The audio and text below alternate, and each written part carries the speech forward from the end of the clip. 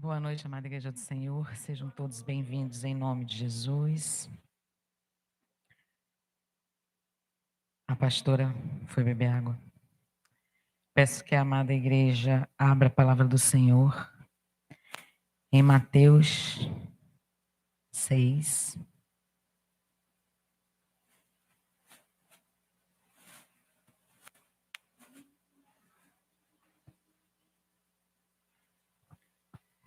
Mateus 6, versículo 33. Eu pedirei essa leitura à nossa amada pastora Nailf. E que ela orasse também. Mateus 6, 33.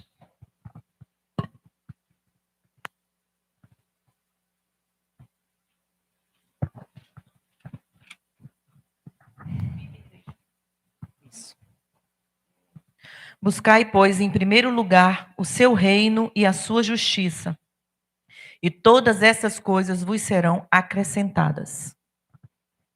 Obrigada, Pai, por esse momento especial na tua presença, em que nós estamos aqui para ouvir a tua palavra, para crescermos mais um degrau na tua presença. Tu venhas ungir a tua serva de maneira tremenda e poderosa, como já fizeste, que ela possa transbordar, Pai, inundar as nossas vidas com aquilo que tu colocaste em seu coração para o nosso crescimento. Só temos a te agradecer pela sua oportunidade de refletir mais uma noite na tua palavra, em nome de Jesus. Amém. Amém. Lerei mais uma vez. Mateus 6,33. Buscai, pois, em primeiro lugar o seu reino e a sua justiça, e todas essas coisas vos serão acrescentadas. E eu dei um título, para a palavra de hoje, chama-se prioridade. Eu, particularmente, não gosto da palavra prioridade no plural, que eu acho que o que está em primeiro lugar é prioridade, o que está em segundo deixou de ser prioridade, né? Então, eu não gosto. As suas prioridades, não, prioridade é só uma, porque é a que está lá em cima. O que está embaixo deixou de ser primeiro, né? Então, prioridade significa que é algo muito importante, que está em primeiro lugar. E para alcançar o resultado daquilo que você colocou como prioridade, você precisa de dedicação, esforço e tempo. Nessa passagem de Mateus 6, ele começa lá em Mateus 5, né? Falando a respeito do Sermão do Monte. E ele fala aqui de diversas. Da postura que o homem deve ter para que ele tenha uma vida que lhe trará resultados que lhe tragam benefícios. Então, ele começa desde o capítulo 5.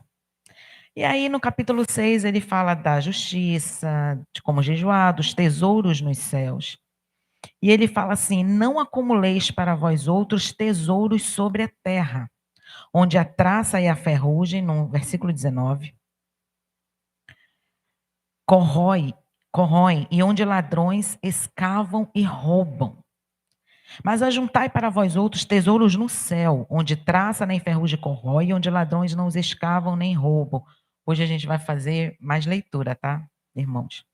Porque onde está o teu tesouro, ali está o teu coração. E aqui no versículo 25, ele começa, né? Ele fala da ansiedade em relação à nossa vida. E ele fala assim: por isso vos digo, não andeis ansiosos pela vossa vida, quanto ao haver de comer ou beber, nem pelo vosso corpo, quanto ao haver de vestir.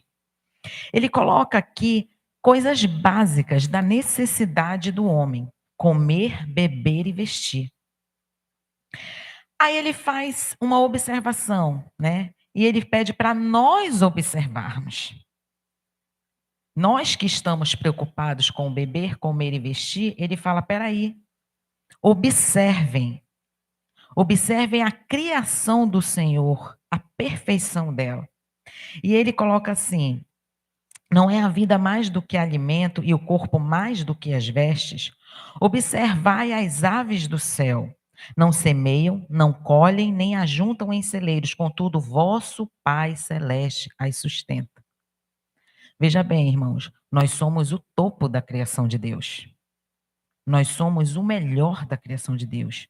Somos os únicos que fomos feitos à imagem e semelhança do Deus vivo. E ele faz uma comparação aqui em relação às aves, que elas não se preocupam com nada disso. Ele as sustenta. Porventura não valeis vós muito mais do que as aves? Ele faz essa comparação. Qual de vós, por ansioso que esteja, pode acrescentar um côvado ao curso da sua vida? Quem de nós pode mudar alguma coisa?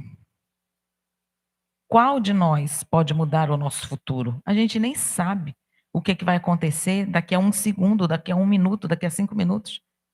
Nós não podemos mudar nada, mas o Senhor tem na sua mão todo o controle. E por que andais ansiosos quanto ao vestuário, considerai como crescem os lírios do campo? E ele fez essa comparação, o lírio ele é uma flor muito linda, ele tem de várias cores, ele é de uma sedosidade, a flor dele, como é que a gente chama? A pétala da flor dele, é de uma sedosidade muito grande, maravilhosa. E ele fala assim: eles não trabalham nem fiam. Eu, contudo, vos afirmo que nem Salomão, em toda a sua glória, se vestiu como qualquer deles, com todas as cores, com toda a pomposidade de um lírio, nada disso. Ele compara Salomão e diz que não se compara, né, aos lírios. Ora, se Deus veste assim a erva do campo que hoje existe, e amanhã lançada no forno, quanto mais a vós outros, homens de pequena fé. Portanto, não vos inquieteis, dizendo que comeremos, que beberemos, ou que vestiremos. Porque os gentios é que se preocupam com isso. Os gentios trabalham para viverem aqui na terra. Os gentios trabalham se preocupando com tudo isso. O que eles vão investir, o que eles vão comer, qual vai ser o prato de amanhã. São preocupações terrenas. A nossa preocupação é a preocupação, a prioridade, irmãos, entenda. Eu não estou dizendo que a gente vai viver como se nada tivesse acontecendo ao nosso redor e como se vento fosse alimento. Por favor, não estou falando isso. Entenda. Mas isso não é a prioridade na nossa vida. Precisamos sim trabalhar, precisamos sim estudar, precisamos sim produzir, até mesmo porque a palavra de Deus fala desde lá do princípio: quem não quer trabalhar, que não coma. E nós fomos criados para produzir. Nós não fomos criados para sermos inertes e parados. Nós fomos criados para produzir, para o trabalho. Só que, enquanto que os ímpios trabalham e se preocupam completamente com isso, nós não. Nós temos uma prioridade. Nós vivemos aqui na terra, nós trabalhamos aqui na terra, nós estudamos porque é necessário, porque, como eu já coloquei aqui várias vezes, a gente tudo tem que pagar. Paga para nascer, para ver e para morrer. Então, a gente precisa produzir. A gente precisa viver, mas a nossa prioridade é buscar o reino dos céus. E lá em Filipenses 4:6 ele fala assim: não andeis ansiosos de coisa alguma, em tudo, porém, sejam conhecidas diante de Deus as vossas petições, pela oração e pela súplica com ações de graça. Nós temos um ser que nos sustenta e ele nos ouve. O ímpio não tem a quem recorrer. Ele passando por uma situação difícil, ele confia em quê? No seu braço forte, no seu dinheiro, em quem está ao seu redor. Nós não, nós confiamos naquele que tem o controle de todas as coisas. Nós confiamos naquele que pode mudar o curso de todas as coisas. Nós confiamos naquele que sustenta a nossa mesa. Porque é ele que coloca o alimento na nossa mesa. Às vezes, a gente pode estar passando por uma situação tão difícil, irmão, de não ter, e claro, se preocupar principalmente para quem tem família. E Deus já providencia. Ele já levanta alguém, ou uma circunstância, ou alguma coisa, porque Ele nos sustenta. Em Lucas 12, ele fala assim: por mais que estejamos ansiosos, nós não podemos acrescentar um côvado ao curso da nossa vida. Então, a gente não pode mudar nada. E ele fala: buscai, pois, em primeiro lugar, o seu reino e a sua justiça. Buscar. É empenhar-se diligentemente e em constância em conhecer o reino de Deus. Vai ser sempre novidade de vida para a gente. Sempre. Deus sempre nos surpreende. Ele sempre tem algo novo para nos mostrar, ele sempre tem algo novo para nos acrescentar, ele sempre nos surpreende. Essa busca ela é incansável, ela tem que estar acima de qualquer coisa, irmão. Ela tem que estar acima de tudo nas nossas vidas. Em Quando ele fala assim: "Buscar em primeiro lugar o seu reino", né, o seu reino. Reino é muito amplo, né, porque ele falar do reino de Deus é falar desde o seu plano de salvação, desde o início. Mas eu coloquei alguns pontos aqui, que também é explanado na sua palavra. Em Salmos 103:19, ele fala assim, todo reino, ele tem um rei, né. Uma soberania, ele tem um domínio, ele tem um governo. E em Salmos 103:19 ele fala assim: "Nos céus estabeleceu o Senhor o seu trono, e o seu reino domina sobre tudo e sobre todos". No Salmo 104 ele fala assim, o Salmo 104 é extenso, eu fiz assim um resumo rápido dos principais pontos, e ele fala que esse rei ele é soberano, ele fala que esse rei é criador. Sobrevestido de glória e majestade. Este rei é o que lançou os fundamentos da terra. Ele colocou divisas nas águas, ele dá de beber a todos os animais, ele faz crescer a relva para os animais e as plantas para o serviço do homem, de sorte que da terra tire o seu pão. Que reino maravilhoso! E ele nos convida a fazer parte dele e nós já fazemos parte dele. Em Romanos 14:17, porque o reino de Deus não é comida nem bebida, mas justiça, paz e alegria. Então o reino ele produz características, ele possui características de caráter que o tornam um lugar muito melhor do que qualquer outro lugar que a gente possa imaginar. Ele é justiça, ele é alegria, ele é paz. 3 itens, né? Justiça, paz e alegria, que dinheiro nenhum pode comprar. A justiça é a verdade. A paz que excede o entendimento humano. E a alegria, irmão, com uma paz que a gente pode estar passando pelo pior momento da nossa vida. Mas é incrível como o Senhor fala aos nossos corações e Ele diz assim: confia. E aquilo traz paz aos nossos corações. É dessa soberania, é desse rei, é nesse reinado que nós pertencemos. E essa justiça descrita por Paulo quer dizer que nós fomos justificados por Cristo.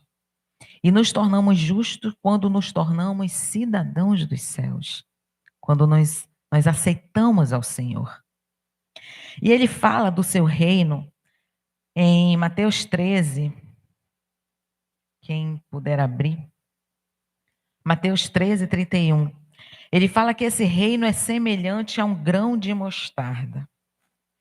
Ele diz assim: o reino dos céus é semelhante a um grão de mostarda, que um homem tomou e plantou no seu campo, o qual é, na verdade, a menor de todas as sementes. E crescida é maior do que as hortaliças, e se faz árvore, de modo que as aves do céu vêm aninhar-se nos seus ramos. Então, o reino dos céus é um reino acolhedor. Ele nos acolhe e nós estamos ali, porque o Senhor ele junta o seu povo como a galinha que junta os seus pintinhos e lá nós estamos protegidos. Ele fala que o reino de Deus, ele compara ao fermento. No versículo 33, o reino dos céus é semelhante ao fermento que uma mulher tomou e escondeu em 3 medidas de farinha, até ficar tudo levedado. O reino do céu é um reino que cresce, irmãos. Ele não para de crescer. No mundo inteiro, nesse exato momento, mais almas estão sendo acrescentadas a este reino. Porque não tem quem pare o crescimento do evangelho, o crescimento da palavra de Deus, o crescimento do evangelho da salvação. Ninguém, como diz o louvor que a gente sempre canta aqui, ninguém pode parar o povo de Deus. Ele fala que o reino dos céus, no versículo 44, é comparado a um tesouro escondido, oculto no campo, o qual certo homem, tendo-o achado, escondeu. E transbordante de alegria, vai, vende tudo que tem e compra aquele campo. Ele se apossa daquele tesouro. Ele toma posse, ele vende tudo o que tem. O que quer dizer isso? Que o passado dele ficou para trás. Ele esquece daquilo, porque ele quer aquele tesouro, ele quer viver o novo com aquele tesouro. E ele toma posse, que é a coisa mais preciosa que ele tem. E ele compara também a uma pérola. O reino de Deus é semelhante a um que negocia e procura boas pérolas. Ele não procura uma pérola, ele procura boas pérolas. Pérolas de qualidade, pérolas negociáveis, pérolas de valor. E tendo achado uma pérola de grande valor, é único. É uma única pérola. Essa é diferente de todas. Vende tudo que possui e a compra. Ele se desfaz de tudo o que ele tinha para possuir essa pérola. E ele se agarra nessa pérola. E ele passa a ter o que tem de mais valor na sua vida. E ele também fala, também compara o reino de Deus em mais duas parábolas, que ele fala do joio, no versículo 24. Outra parábola lhes propôs, dizendo: o reino dos céus é semelhante a um homem que semeou boa semente no seu campo. Mas enquanto os homens dormiam, veio o inimigo dele, semeou o joio no meio do trigo e retirou-se. E quando a erva cresceu e produziu frutos, apareceu também o joio. Então, vindo os servos do dono da casa, lhe disseram: Senhor, não semeaste boas sementes no teu campo? De onde vem, pois, o joio? Ele, porém, lhe respondeu: um inimigo fez isso. Mas os servos lhe perguntaram: queres que vamos e arranquemos o joio? Não, replicou ele. Para que ao separar o joio não arranqueis também com ele o trigo. Deixai-os crescer juntos até a colheita. E no tempo da colheita, direi aos ceifeiros: ajuntai o primeiro joio e atai-o em feixes para ser queimado, mas o trigo recolhei-o no seu celeiro. Que parábola linda! E como Deus compara. Cresce o joio junto do trigo. O joio proporciona crescimento ao trigo. Só que aqui ele fala uma coisa interessante. Enquanto os homens dormiam, neste reino, irmãos, nós temos que estar sempre alerta. Não dá para dormir. Porque o joio pode estar no meio de nós. E nós temos que discernir todas as coisas. Mas ele diz assim: deixa crescer juntos. Por quê? Tanto o trigo aprende com o joio, quanto o joio pode observar o trigo e mudar. Então ele permite esse crescimento junto. Mas só que chega um dia que vai ser separado. O joio vai ser queimado. E o trigo que permanecer sem contaminação, esse vai ser recolhido ao celeiro celestial. Como esse reino de Deus é lindo. E em Mateus 13, 47, ele compara o reino dos céus a uma rede, que ela é lançada ao mar. Recolhe peixe de toda espécie. E quando já está cheia, os pescadores arrastam-na para a praia e, assentados, escolhem os bons para os cestos e os ruins deitam fora. Assim será na consumação do século. Sairão os anjos e separarão os maus dentre os justos e os lançarão na fornalha acesa. Ali haverá choro e ranger de dentes. As redes são lançadas. E vem tudo junto, né? Vem as traíras, vem os pacus, vem os tambaquis, vem tudo junto numa rede só. Por quê, irmãos? A oportunidade é para todos. O Senhor morreu por todos.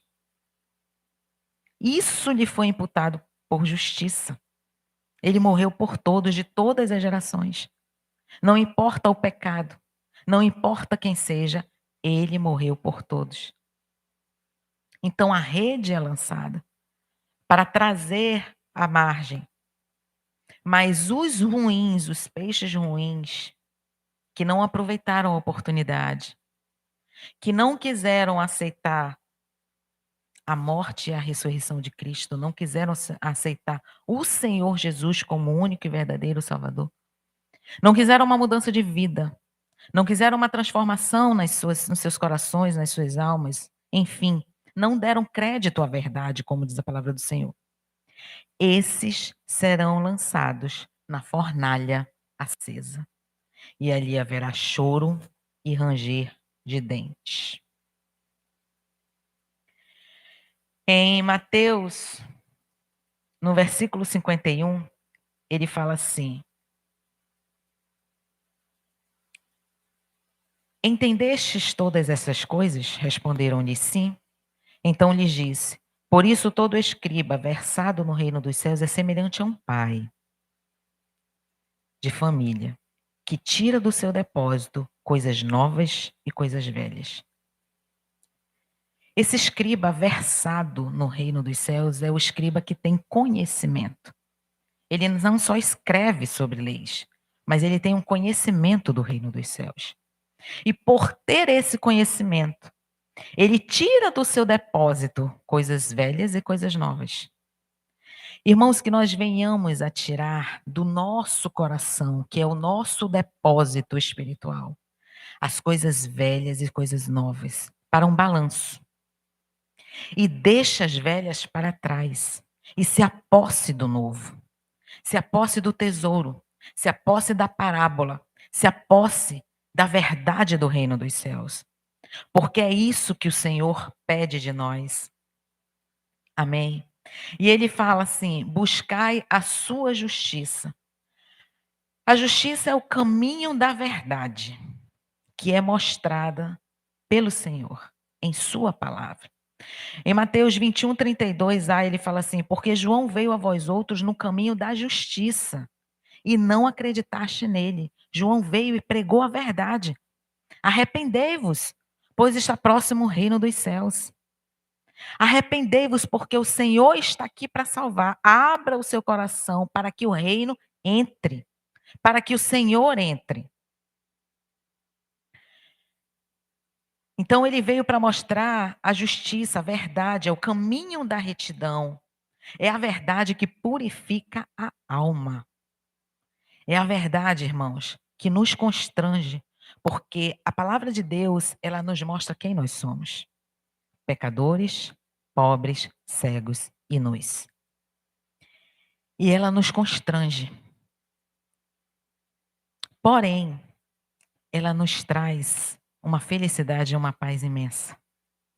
Porque quando nós somos purificados no Senhor, nós sentimos a salvação entrar no nosso coração. Em João 16:8, ele fala que o Espírito Santo nos convence do pecado, da justiça e do juízo. E eu peguei aqui essa palavra justiça, porque ele fala buscai o seu reino e a sua justiça, né?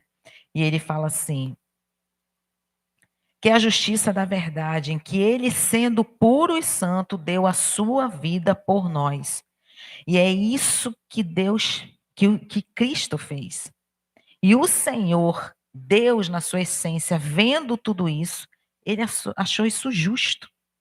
Ele morrer por nós foi a justiça de Deus para nos salvar. E ele diz também em Lucas 17:21, o reino de Deus está dentro de vós. O reino de Deus se encontra naquele coração que reconhece verdadeiramente Cristo como Rei e único Salvador. Por que ele está dentro de nós? Porque a partir do momento que o Espírito Santo habita dentro do nosso coração, ele que vai nos convencer de toda a verdade bíblica. E ele vai atuar para que haja transformação nas nossas vidas.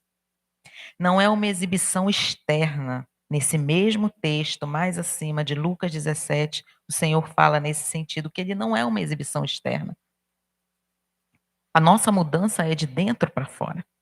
Ela é na sinceridade da alma, na sinceridade do nosso coração. Então, irmãos, concluindo, que nós venhamos a dar prioridade a esse reino.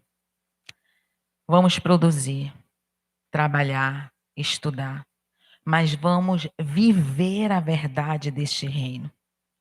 Ora, você é mãe, tem suas atividades com filho, com família, com esposo, mas o reino de Deus, você é referência, irmã, dentro de casa. Eu não coloquei aqui deixar de produzir, deixar de trabalhar para viver lendo a Bíblia. Não, a palavra de Deus fala que o culto ele é racional. Então está dentro de nós, dentro da nossa mente. A palavra do Senhor tem que estar incutida dentro da nossa mente. E nós, como mães, como pais, somos referência aos nossos filhos, devolvendo a Deus aquilo que ele nos deu. Enquanto que os homens, sendo sacerdotes do lar, e muito bem colocado pela nossa presbítera Andreane, quando ela falou, quando ela ministrou na sexta-feira, o cabeça, mas o cabeça de vocês é Cristo. Então vocês são referência para os filhos de vocês, de sacerdote, do reino celestial dentro do coração de vocês.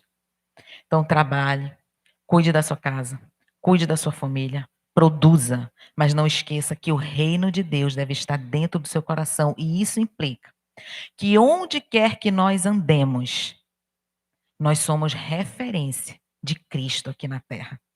Ele diz que nós somos sal e luz. Então nós temos que fazer toda a diferença em quaisquer que sejam os ambientes que nós estejamos. Que venhamos a dar prioridade, irmãos, a este reino dos céus. O Senhor deve ser a prioridade na nossa vida. Quanto mais agora que nós estamos nos últimos dias. Não dá para dormir, como aconteceu aqui na parábola que a gente leu. Porque quando dormiram, veio o inimigo e semeou o joio. Não dá para dormir, irmão, não dá para relaxar. Nós estamos verdadeiramente dentro de um campo de batalha. Prestes a sermos arrebatados, a sermos retirados daqui. Amém, irmãos? Foi essa palavra que o Senhor colocou no meu coração. Eu peço oração à nossa missionária Mara. E chama o Bendito é o teu nome, Senhor. Ministério de Louvor. O teu reino é profundo, é transformador, é vivificador. O teu reino é real e é bendito. Cada dia, Pai, que a tua palavra se aprofunde em nós. Que cada dia mais, Pai, possamos caminhar como estamos buscando caminhar, na direção do teu caráter, para brevemente te vermos face a face. Bendito é o teu nome, bendito é o teu reino, bendito é o teu nome.